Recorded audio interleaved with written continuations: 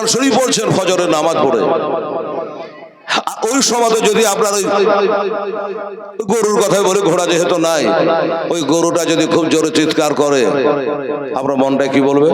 নিশ্চয় চোর এসেছে, না হয় বাঘ এসেছে, না হয় কেউ গরুটা খুলে নিয়ে পালাচ্ছে, এমন করে ঝটপট করে এখানে একবার দেখি।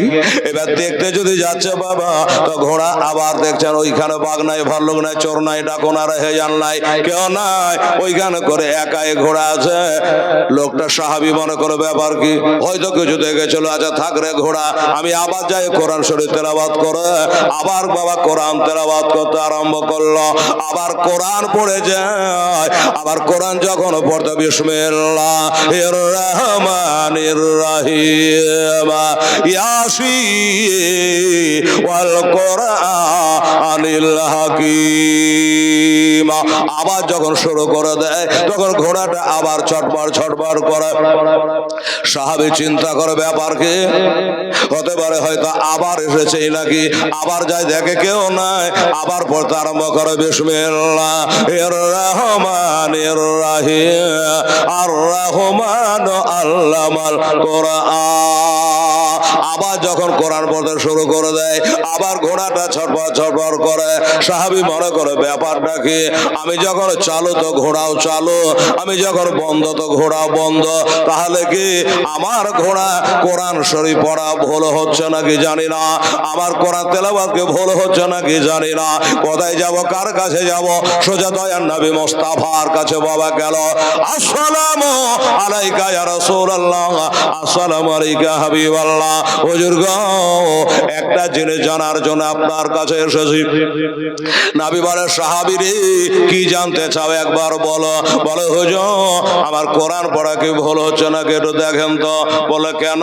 বলে, আমি যখন কোরআন শরীফ তেলাওয়াত করে আমার পাশে ঘোড়া চালায়, ঘোড়াটা বাঁধা থাকে, আমি যখন কোরআন পড়তে আরম্ভ করে ঘোড়াটা ছিটপট ছটপট করে আওয়াজ করে, আর আমি যখন বন্ধ করে দিই ঘোড়াও চিৎকার বন্ধ করে দেয়। বাবারা, আমার মা বোনেরা, আমার গায়েবের সংবাদদাতা নবী মুস্তাফা, ওর সাথে সাথে ব্যারামটা ধরে ফেলেছে রে বাবা, রোগটা ধরে ফেলেছে।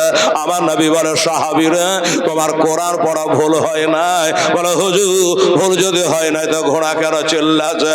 আবার নবী বলে, সাহাবী রে, কোরআন পড়া ভুলের জন্য নয়, আসলে জানো তোমার মিষ্টি জবানে মধুর কণ্ঠে যখন আল্লাহর বাণী কোরআন যাহা আমার উপর নাযিল হয়েছে, এই কোরআন যখন তুমি তেলাওয়াত শুরু করে দাও, তখন তোমার কোরআন তেলাওয়াত শুনে আল্লাহর কোটি কোটি ফেরেশতা তোমার বাড়ি হাজির হইয়া যায়। জোরে সুবহানাল্লাহ। এই সাহাবী রে, তোমার বাড়িতে আল্লাহর নূরের ফেরেশতারা হাজির হয়ে যায়।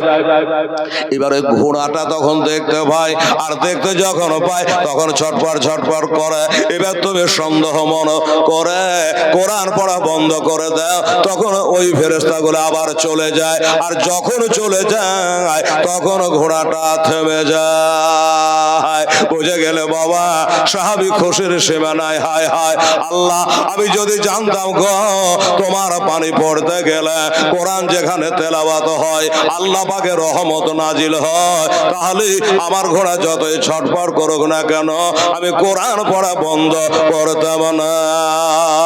দরদি আমার আজ গড়ায় এসলাম, হাজির আছেন সারা দুনিয়া, নবী পাক আমার গড়ায় এসলাম, এ জগে আছে সোনার মদিনা।